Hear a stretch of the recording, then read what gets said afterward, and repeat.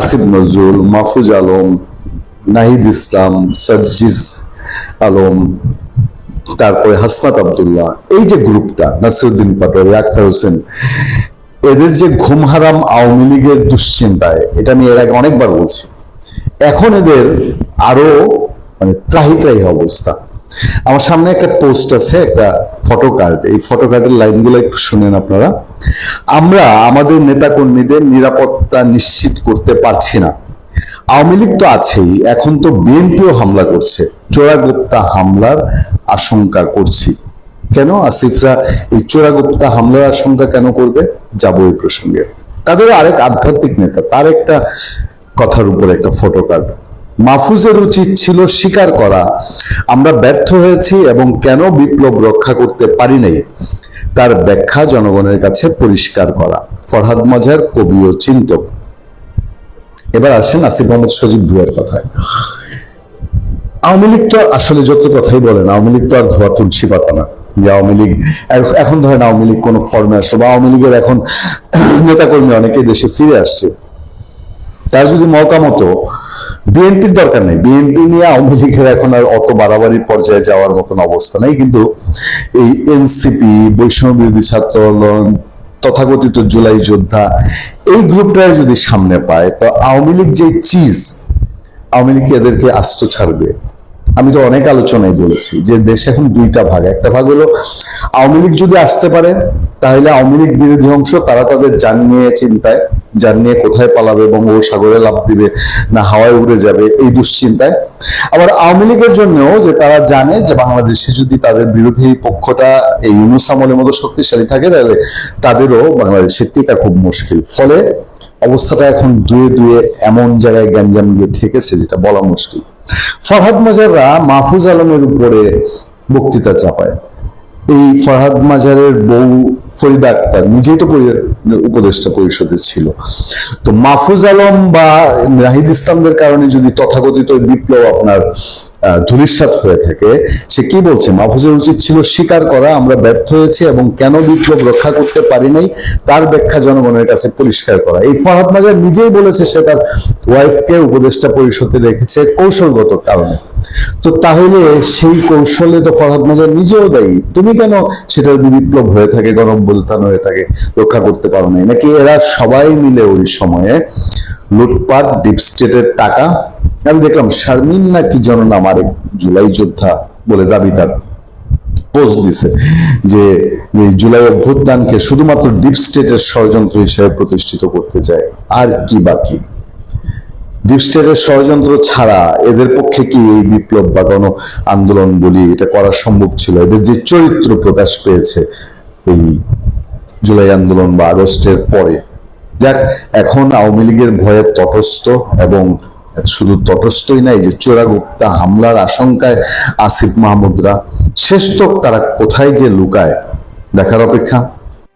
আপনারা এতক্ষণে ব্যানার এবং হেডলাইন দেখে নিশ্চয়ই চিন্তা করছেন হঠাৎ করে কি এমন মিটিং হলো পিনাকি ভট্টাচার্য, লামিয়া মোর্শেদ এবং ডাক্তার ইউনূসের বিরুদ্ধে। এটা হচ্ছে যে গত পরশুদিন রাতে পিনাকি ভট্টাচার্য গিয়েছিল আপনার ডাক্তার ইউনূসের সাথে দেখা করতে। ইউনূসের যে বাসা আছে প্যারিসে, বাড়ির আসাটা পড়েছে আপনার প্যারিস ৮, ৭ এবং ১৫। এখানে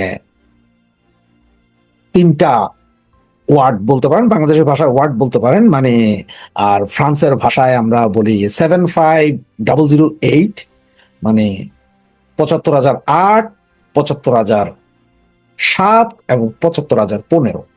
১৫, ৭, ৮ এই ৩টে এরিয়া হচ্ছে যে প্যারিসের সবচাইতে দামি এরিয়া। যেমন আমাদের দেশের ডিএইচএস ফিউচার্স যেরকম নিরাপদ, নিরবিচ্ছিন্ন, ওই রকম এরিয়া। মানে এইসব এরিয়া যদি আপনি যদি কয়েক হাজার কোটি টাকা হাতে নিয়ে যদি নাড়াইতেও থাকেন রাতের ৩টা বাজে, কেউ এসে আপনারা জিজ্ঞাসা মনে হয় কি রিজার্ভটা বাজি তো বহুত দূরের বাদ হয়। ওখানে কিছু নেই, সব দামি এরিয়া এবং খুব প্রচন্ড সিকিউর, মানে মানুষের চেয়ে সিভিল পোশাকে মামুরা বেশি, আর ক্যামেরা তো অ্যাভেলেবেল। তো ওই জায়গায় পিনাকি ভট্টাচার্য গিয়েছিলেন। পিনাকি, তার ওয়াইফ এবং বাচ্চাকে নিয়ে ডাক্তার ইউনূসের সাথে দেখা করেছেন। দীর্ঘ প্রায় ৪ ঘন্টা ছিলেন। ভাগ্যক্রমে যেহেতু ডাক্তার ইউনূস কাকার যেখানে বাড়ি বর্তমানে, সেই এরিয়ায় এবং সে বাড়ি থেকে জাস্ট 100 গজ দূরে, 100 গজ দূরে আমি দীর্ঘ প্রায় 20 বছর ছিলাম। তো ভাই আমি অত বড় লোক নয় এরিয়া থাকার মতো, আসলে ওখানে যারা ফ্রান্সে আছেন তারা বুঝবেন শব্দটা আমি বললে বন্ধসম, মানে এটা 11 তলার উপরে, 11 তলার উপরে একটা মুরগির খাঁচা বলতে পারেন। মানে আমার একটা 13 মেটকারের একটা রুম ছিল, সেই রুমে আমি দীর্ঘ 25 বছর ছিলাম। এর ভিতরে ওই রুম কিনা হয়েছে, ওই রুম আমি এখনো ভাড়ায় চলে, এখনো ভাড়ায় চলে। শেষে ওই এরিয়া পুরোটা চিনি, ওখানে এরিয়া ঢুকতে যে আশপাশের দোকান এগুলো সবই আমার পরিচিত, কারণ এতদিন ছিল। তো পিনাকি যে ওইখানে গিয়েছে এই খবরটা আসলে আমি পাই, এটা হচ্ছে যে পিনাকি গিয়েছে সন্ধ্যা 7টার পরে। তার মানে তার যে কাজ যেখানে আছে সেখান থেকে কাজ শেষের পরে সে সম্ভবত 7টা সাড়ে 7টা কাজ শেষ করে এরপর হোয়াইট হোয়াইট নিয়ে ওখানে গেছেন। পিনাকি যদিও প্যারিস শহরে থাকে না, সে বাইরের শহর থেকে, সেখান থেকে এসে সে সেখানে গেছেন, সাথে নিয়ে গেছেন একটা বুকে, বুকে মানে হচ্ছে যে ফুলের তোড়া। পিনাকি একটা ফুলের তোড়া নিয়ে ডাক্তার ইউনূসের সাথে দেখা করেছেন, সেখানে দীর্ঘ প্রায় ঘন্টা দুয়েকের মতো ছিল। তো অবস্থা দৃষ্টি হচ্ছে যে সেইখানে পিনাকির সবচেয়ে ক্লোজ যেই একজন লোক আছে, যে কিনা আগে এক সময় আমারও ক্লোজ ছিল, তার কাছ থেকে সেই আমার ভিডিও কলে দেখাইলো যে দেখেন যাইতেছে পিনাকি, পিনাকি দ্য গ্রেট 3 ইঞ্চি। ওদের মধ্যে কি মিটিং হয়েছে কেউ জানে না। আবার গতকাল বিকাল 5টার পর থেকে হয়তো আপনারা জানেন যে আপনার ডাক্তার ইউনূস, ইউনূস সকালবেলা, তো এটা পত্রিকাতে আছে, সকালবেলা উনি গিয়েছিলেন আপনার ক্রেডিট এগ্রিকলের, ক্রেডিট এগ্রিকল একটা ব্যাংক, ওরা ব্যাংক, যে এই সোসাইটি ব্যাংক বিমা ওদের অনেক কিছু আছে। ক্রেডিট এগ্রিকল একটা বড় সোসাইটি, তবে ব্যাংক হিসেবে সবচেয়ে বেশি চিনে আমার বাঙালিরা। ক্রেডিট এগ্রিকল এটা বাঙালিরা ব্যাংক হিসেবে বেশি চিনে। তো ওদের একটা কনফারেন্স সেন্টারে সে সেখানে মিটিং এ গিয়েছিল, ফরাসি একজন মিনিস্টার ছিল সেখানে, তিনি গ্রামীণ ব্যাংক, গ্রামীণ সুদ, লেনদেন এগুলো নিয়ে কথা বলেছেন। তো সবচেয়ে মজার বিষয়টা কি, বিকালবেলা একটা ভিডিও আমাদের এক বাঙালি ভাই তুলে পাঠাইলেন যে পিনাকি এখানে আছে, পিনাকি বলতে সরি ডাক্তার ইউনূস এখানে আছেন এই সে। তবে ঘটনা হচ্ছে যে আসলে ওইখানে উনি যেভাবে ভিডিওটা দেখাইছেন ওইটা হচ্ছে যে আপনার রুই ফুবুক সেন্ট অনরে, এটা হচ্ছে প্যারিস আটে, বা ম্যাক্সিমাম লোকরা যদি বলেন তাহলে ওরা চিনে হচ্ছে যে কোসেম হপিতালের এরিয়া বা সেন্ট লেজার এরিয়া বললে আমাদের বাঙালিরা মোটামুটি চিনে, সেন্ট লেজার এরিয়া বললে চিনে। Saint Lazare area, Saint Lazare metro থেকে বের হইয়া তার বাম দিকে গেলে ওই সেন্ট অনরে, এটা প্যারিস আটে যে হোটেলটাতে ওকে দেখা গিয়েছে আমাদের ডাক্তার ইউনূস সাহেবকে, সে হোটেলটা হচ্ছে 5 তারকা মানের হোটেল। মানে 5 তারকা, প্যারিস যদিও সবগুলোকে 4 তারকা বলা হয়, কিন্তু এটা 5 তারকা মানের হোটেল। প্যারিসের, ফ্রান্সের 4 তারকা, ওখানে হচ্ছে যে ওয়ার্ল্ডের অন্য জায়গার 5 তারকা হোটেল। এটা হচ্ছে যে লো ব্রিজটল, লো ব্রিজটল। এবং সেই হোটেলেই উনি গিয়েছেন, এবং সেইখানে যাওয়ার কারণে সেইখানে ছিল মোটামুটি আমার সাথে পরিচিত এক সময়কার, যেহেতু আমি ফ্রান্সেরও বেশ কিছু হোটেলে আপনার অ্যাজ এ রিসিপশনিস্ট জব করেছি, সেই হোটেলে আমার এক কলিগ ছিল। তো আমার ওই মেয়ে কলিগ, সে হচ্ছে আফ্রিকান কলিগ, তারা সেখানে কাজ করে হচ্ছে যে আপনার ইয়ের হিসাবে, আপনার রুম সার্ভিস, রুম সার্ভিসে কাজ করে, এবং ঝাড়ু মোছা মানে নেতইয়াস, ফ্রেঞ্চ ভাষায় বলে নেতইয়াস বলে, ওরা ওখানে ফ্লোর টোর ক্লিন করে। সুতরাং তাকে আমি ফোন দিলাম যে দেখ এরকম একটা ভিডিও পাইছি, আমাকে একটু ইনফর্ম কর। তো সে বলছে যে আমি তো এখন কাজে নাই, তুই এক কাজ কর, ওখানে ইয়েতে আপনার রিসিপশনে একটা মেয়ে কাজ করে, এটা হচ্ছে ভার্জিনিয়া স্কোরিডো নাম মেয়েটার, ফিলিপিনে মেয়ের, ন্যাশনালিটি ফ্রেঞ্চ। তারে ফোন দিয়ে, সে এখন কাজে আছে। তখন বাজে আপনার প্রায় সন্ধ্যা 5:30 5:45 এখানকার। ফোন দিলাম, আমি বললাম যে দেখ ওইখানে সম্ভবত তোরা আমাদের যে নোবেল লরিয়েট আছে না আমাদের বাংলাদেশের এশিয়ার, বলে হ্যাঁ ডাক্তার মোহাম্মদ ইউনূস, বলে যে হ্যাঁ, বলে যে হ্যাঁ ও আসছে। তো আমি বলি যে কে কে আসছে, বলে যে ও আছে, ওর সাথে ওর কুপিন আছে। কুপিন বলতে ফ্রেঞ্চ ভাষায় কুপিন, কুপিন বলতে বান্ধবীরে বুঝি আমরা। তো কুপিনের নাম সে জানে না, যে কুপিন আছে। তো কুপিন মানে বুঝে আমরা লামিয়া মোর্শেদ আছে। আমি যে কি আমাদের একই বাঙালি, হ্যাঁ বলতেছে হ্যাঁ তোদের ওই ড্রেস পরে আসছে মেয়ে, মহিলা, বুড়া মহিলা একটা ড্রেস পরে আসছে, তোদের ড্রেস মানে শাড়ি পরা, শাড়ি পরা।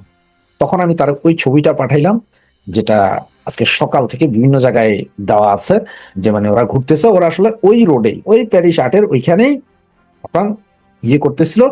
ওখানে কফি বার যেটা, এটা হচ্ছে যে ওই রিফুবুক স্যান্টনের ঢুকার সময় কোনায়, বা কে ফরাসি যারা আমার ভিডিও দেখেন, ফ্রেঞ্চে যারা দেখেন, তারা যখন আপনার এই মিরম মিরমলিন আমরা মেট্রো স্টেশন থেকে উঠে যখন কোসেম হসপিটাল দিয়ে যায়, পাশের যেই রেস্টুরেন্ট গুলো পড়ে, এই রেস্টুরেন্ট গুলা, ওইটার প্রথম রেস্টুরেন্টটা। তখন ও ছবি দেখে বলছে হ্যাঁ হ্যাঁ হ্যাঁ, ওরে এই মহিলা কুপিন, তাই যখন কার সাথে কি, তখন সে বললো যে এইখানে 4টা রুমে টার্কির কিছু লোক আছে এবং ইসরায়েলের কিছু লোক আছে, 4টা রুম, মানে 4 রুমেই লোক আছে। তো কিছু লোক বলতো ওরা আসলে একজন হাজব্যান্ড ওয়াইফ আছে এরকম, হয়তো এই জন্য কিছু লোক। তো বললো যে ওদের সাথে দেখা করার জন্য কনফারেন্স রুমে ওরা সবাই বসছে।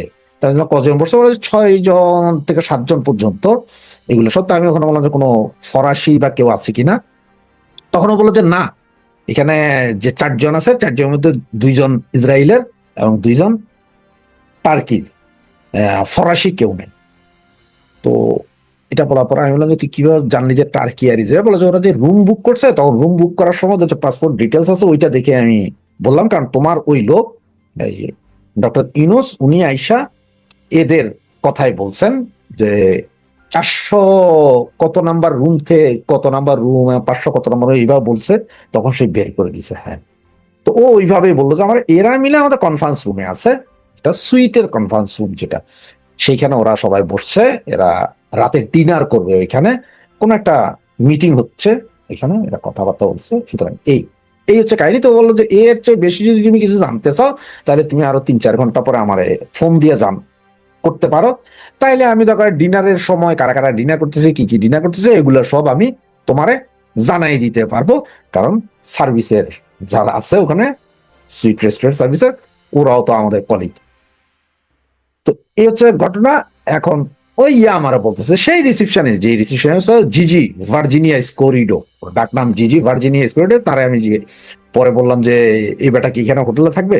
তো ওরা জানা ওর নামে তো বুকিং নাই, ওর নামে কোনো বুকিং নাই এখানে যারা আছে। তবে এরা তোমার যে যে দেশে ইসরায়েল এবং টার্কির, এরা অনেক উচ্চ পদস্থ, মানে এদের রুমগুলো ভাড়া করেছে হচ্ছে যে টার্কিশ যারা আসছে, 2টা রুম ভাড়া করছে টার্কিশ এম্বাসি, এবং 2টা রুম ভাড়া করছে ইসরায়েলি এম্বাসি, মানে জুইফ আছে সব। আর এদের নাম কোনো ভাড়া টাড়া নাই, এরা এখানে থাকবে না। এই হচ্ছে যে মূল কাহিনী। ডাক্তার ইউনূস সেখানে আজকে সারা দিন সকালে করলেন আপনার ক্রেডি এগ্রিকলের আপনার কনফারেন্স রুমে মিটিং, ফরাসি এক মিনিস্টার সহ উনি বুঝাইলেন কিভাবে কিভাবে সুদমুদ খাওয়া যায়, মানুষও বোকা বানানো যায়। বিকেল বেলা তো ওনারা কি করছেন না করছেন, কি মিটিং, এটা পৃথিবীর কেউ জানে না। তবে ঠিক যেহেতু তার একদিন আগে আপনার 3 ইঞ্চি দ্য গ্রেট সে দেখা করেছেন ওয়াইফ সহ একটা ফুলের তোড়া নিয়ে, সুতরাং এটা বলাই বাহুল্য, এটা কি হয়েছে সেটা ওনারাই জানেন। আর অনেকে দেখলাম যে ফেসবুকে লেখালেখি করছেন বাঙালিরা কোথায়, বাঙালিরা কোথায়, ওখানে যায় ওরা মারেন না কেন, থাপ্পড় মারেন না কেন। মূল কাহিনী হচ্ছে কি জানেন, এই এরিয়াটা এমন একটা এরিয়া যে এইখানে আমাদের কোনো বাঙালি ওই এরিয়ায় থাকে না, হাজার হাজার শত শত বাঙালি নাই, কালে ভদ্রে 2-1 জন বাঙালি হয়তো দেখতে পারেন। যেহেতু মেডিকেল সেন্টারটা আছে কোসেম, বললাম যে ওইখানে কালে ভদ্রে 2-1 জন বাঙালি যায়, তাও যায় না। কারণ হচ্ছে বাঙালি বসে হচ্ছে যে গার্দিনট লাসাপেল, ওইখানে বসে ওনারা হাতি ঘোড়া মাইরা ফেলায়, বহুত কিছু কইরা ফেলায়। গার্দিনট লাসাপেল স্টালিনগ্রাদের বাহিরে ওনারা এদিকে আর ঢুকতে পারেন না, মানে প্যারিস 10-এর 3টা রোডে থাকতে পারেন, এর বাইরে আর যাইতে পারেন না। ওনাদের বেশিরভাগ হচ্ছে লাকর্ন, বুবারবিলে, মানে এগুলা পুরো শহরের বাইরে। ওইখানে ওনারা এক একজন বহুত বড় বড় তরমুজ মারে, ক্ষীরা মারে, অমুক মারে, তমুক মারে, বহু কিছু মারে। এখান থেকে 25-26 বছর তো প্যারিস শহরে, প্যারিস 15-তেই রয়ে আসলাম। সুতরাং ওখানে কোনো বাঙালি আসলে এখন আর আমাদের তর্কও করবে না কেউ, কারণ তারা জানে যে তাদের সবার ওই যে দেখলে আমি কয়ে দিতে পারবো যে ভাই আপনি কোন এরিয়ায় থাকতেন, কোথায় থাকতেন।